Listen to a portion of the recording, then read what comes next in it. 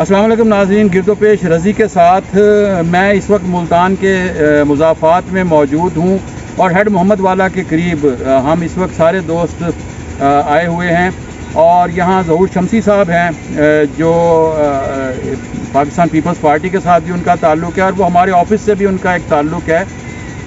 उन्होंने आज यहाँ एक पार्टी का एहतमाम किया और उसमें हम सब दफ्तर के लोग आए और हम अब जब बैठे हुए थे तो जिस किस्म की पॉलिटिकल सूरत हाल चल रही है हम अंदर भी उसी सूरत हाल पर बात कर रहे थे, तो हमने सोचा कि आज ये सूरत हाल जो है ये आपके साथ भी डिस्कस करें, आपको भी इसमें शरीक करें नाजरीन को। और ये जो मेरे साथ एक्सपर्ट्स हैं दो, एक सियासी नुमाइंदे भी मौजूद हैं जिनकी पॉलिटिक्स पर नज़र है और पॉलिटिक्स पर तो हम सब की नज़र है।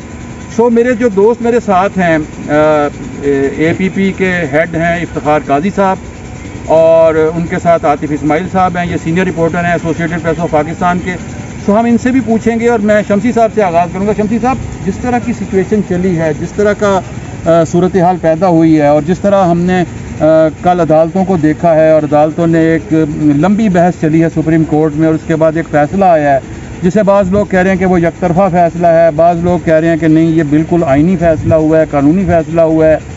एक जो डिसीट किए गए थे लोग, एक ही केस में डिसीट किए गए थे, उन्हें दूसरे उसी फ़ैसले की रूह से उस सारे अमल को जो है अब वो गैर कानूनी करार देकर और कल परवेज़ इलाही साहब जो हैं वो पंजाब के वज़ीर आला जो हैं वो उन्हें सुप्रीम कोर्ट ऑफ पाकिस्तान के हुक्म पर फिर रात को 2 बजे उनकी हल्फबरदारी भी हुई और आज उन्होंने चार्ज संभाल लिया होगा अब तक।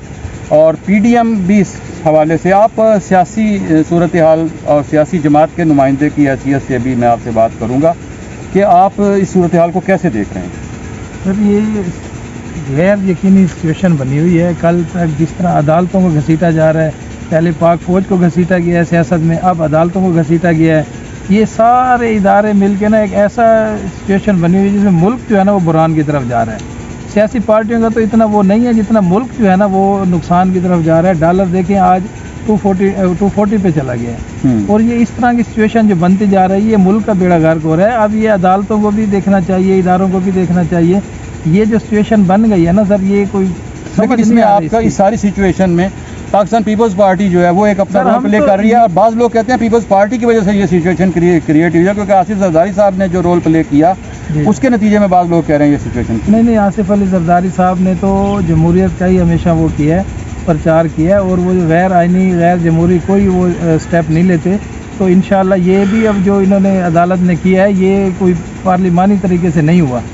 ये हमारे पीपल्स पार्टी का ये मौक़िफ़ है कि ये गैर आइनी हुआ है और ये हमने पहले ही कह दिया था कि हम ये 3 जज हैं जो जिनकी पिटीशन दायर होती है उनको इख्तियार होता है किसी जज से फ़ैसला कराना। वो उससे पहले कह देती हमें आप पे एतमाद नहीं है, वो उसका फ़ैसला नहीं कर सकते थे, उसको वो चेंज करते हैं फिर उसका फैसला होता है। तो सेशन कोर्ट की सतह पर भी होता है कि अगर जज पर आप एतमाद कर देते तो वो छोड़ देता है, फ़ौरन छोड़ देता है। एक जज ने, हाई कोर्ट के जज ने 3 महीने केस सुना, 3 महीने के बाद हमने कहा जी हम आप पे अदम एतमाद करते हैं, उसने फ़ौरन छोड़ दिया। तो जब हम एडवांस में कह रहे हैं कि हम आप पे अदम एतमाद करते हैं, हम आपसे फ़ैसला नहीं कराना चाहते, फिर ये ज़बरदस्ती का फ़ैसला इन्होंने किया है और ये गैर आइनी और गैर जमहूरी फ़ैसला हुआ। जी इफ्तिखार साहब, आपका क्या राय है? इफ्तिखार काजी हमारे APP मुल्तान के स्टेशन मैनेजर हैं और एक तवील इनका जर्नलिज्म का कैरियर है। इफ्तिखार साहब, आप क्या कहेंगे इस बारे में? मेरा अपना ख्याल है कि सियासतदान जो हैं वो ज़ाहिर है इस पूरे सिस्टम का एक जो समझने के एक अहम हिस्सा है, सियासी जमातें भी उसका। तो हर जमात अपनी अपनी जो है वो मैन्यूवर्स करती हैं और लेकिन इन दी एंड जो भी झगड़े होते हैं उन्होंने ज़ाहिर है कहीं किसी फोरम को अप्रोच किया है, इस मरतबा सुप्रीम कोर्ट को अप्रोच किया है। तो जो भी इफ्तिखार भाई फैसले अपने करने के हैं उसके लिए सुप्रीम कोर्ट से क्यों रुजू किया गया? देखें, ये तो एक आपने बड़ी अच्छी बात की है कि जो सियासी पार्टी जमातें मुल्क की सूरत हाल को देखते हुए पहले ही मिल बैठ के कुछ ऐसा लाए अमल अख्तियार कर लेती कि जो डॉलर जो है वो इतना ऊपर ना जाता, हमारी इकॉनमी जो है वो इस कदर नीचे की तरफ जो उसका डाउनवर्ड ट्रेंड है वो थोड़ा सा रुक जाता। आम आदमी जो है वो परेशान है। तो ये सियासी पार्टियों को, मेरा अपना ख्याल है कि ये बाकी सारी चीज़ें छोड़ के, दो चीज़ें हैं, एक मुल्क है, एक उसके लोग हैं, जो दो चीज़ें इम्पोर्टेंट हैं, उनके लिए इनको मिल बैठना चाहिए और जो भी इनके तहफ़्फ़ुज़ात हैं वो आपस में बैठकर उसको हल करें और मुल्क को लेकर आगे चलें, ताकि सियासी एक स्टेबिलिटी आए इसमें। वो आएगी तो आगे मुआशियात जो है वो हमारी बेहतर होगी, तो लोगों को थोड़ी सी रिलीफ मिलना शुरू हो जाएगा। कुछ आप बताएं आतिफ, ये सॉफ्ट इंटरवेंशन उसकी बात करें कि नरम मुदाखलत होनी चाहिए। अच्छा, अब ये नरम मुदाखलत कैसी होती है और सख्त मुदाखलत कैसी होती है और इसकी ज़रूरत क्यों पेश आ रही है, और आप इस सिचुएशन को कैसे देख रहे हैं? सर देखें, जिस तरह आपने मेंशन किया कि हमारी जो है पोलराइजेशन वो बहुत ज़्यादा हो गई है। देखिए, जब इतनी ज़्यादा पोलराइजेशन होगी तो साफ ज़ाहिर है कि सियासी जमातें मिल के नहीं बैठेंगी। जब मिल के नहीं बैठेंगी तो साफ ज़ाहिर है किसी न किसी को इंटरवीन करना पड़ेगा, क्योंकि ये रियासत का मामला है। अच्छा, जब ये मामला हुए तो साफ ज़ाहिर ये चीज़ें कोर्ट में गई हैं। अच्छा, कोर्ट में क्या होता है, कोर्ट में अगर एक फ़ैसला हमारे हक़ में आ जाता है, जैसे वो पिछला फैसला इमरान खान के खिलाफ गया था तो इमरान खान उनको अच्छा नहीं समझ रहा था, अब ये फैसला इनके हक़ में नहीं आया तो ये लोग अच्छा नहीं समझ। देखिए, जब बैलेंस करना जो है ना, ये अदलिया के लिए भी बहुत मुश्किल हो जाता है। और जब आप उसको प्रेशर एग्जर्ट करें, अगर वो पिछले केस को देखें तो इमरान खान ने प्रेशर एग्जर्ट किया, आप इस पर देखें, मामला इस तरह इनका कभी भी हल नहीं होना वही है जो फिर रियासत अपनी मर्ज़ी से तय करेगी। मैं समझता हूँ कि अगर ये अपने मसाइल हल करना चाहते हैं तो इनको मिलजुल कर बैठ। क्या ये मामलात इसलिए गड़बड़ नहीं हो गए कि रियासत अपनी मर्जी से बाद चीज़ें तय करती चली आई? माजी में रियासत की रिट अपनी जगह, लेकिन रियासत को कुछ चीज़ें तो उन लोगों के लिए छोड़ देनी चाहिए ना, कि जो लोग पार्टी हैं।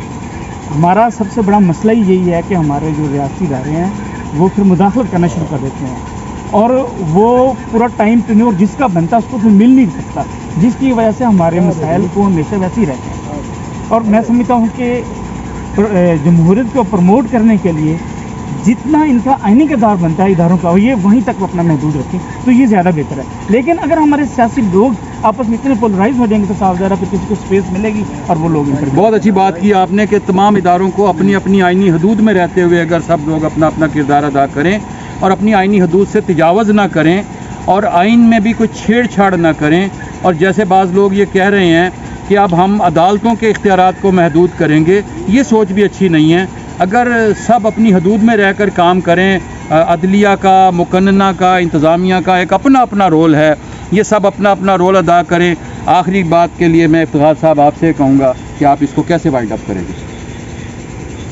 जी, इसमें तो कोई दो राय नहीं है कि ज़ाहिर है इस मुल्क का एक आइन है और जिसकी पासदारी हर एक इंडिविजुअल पर लाजिम है। तो बात फिर वहीं पे आ जाती है, आतिफ साहब ने फरमाया है कि पोलराइजेशन इतनी है कि वो नहीं बैठ सकते। मैं ये समझता हूँ कि पोलराइजेशन इस मुल्क से बड़ी नहीं है, पोलराइजेशन इस मुल्क के लोगों से बड़ी नहीं है कि जो जिनकी वजह से ये लोग ऐवानों में जाकर बैठते हैं और फैसले करते हैं। हम हैं तो पाकिस्तान है, जी अगर हम नहीं रहेंगे तो पाकिस्तान है। तो जी बिल्कुल बिल्कुल, बहुत शुक्रिया इफ्तिखार साहब। नाज़रीन किराम, गिरदोपेश रज़ी के साथ आपने गुफ्तगू सुनी। ज़हूर शमसी साहब हमारे साथ थे, इफ्तिखार काजी साहब, आतिफ इस्माइल साहब, और इन सब का ये मौक़िफ़ है कि सबको अपनी अपनी हदूद में कायम रहकर काम करना चाहिए। और सबसे पहले हमारा मुल्क है, अगर हम होंगे तो फिर ये लड़ाई झगड़े भी होंगे, ये इदारे भी होंगे। अपना बहुत सा ख्याल रखिएगा, नई वीडियो के साथ मिलेंगे।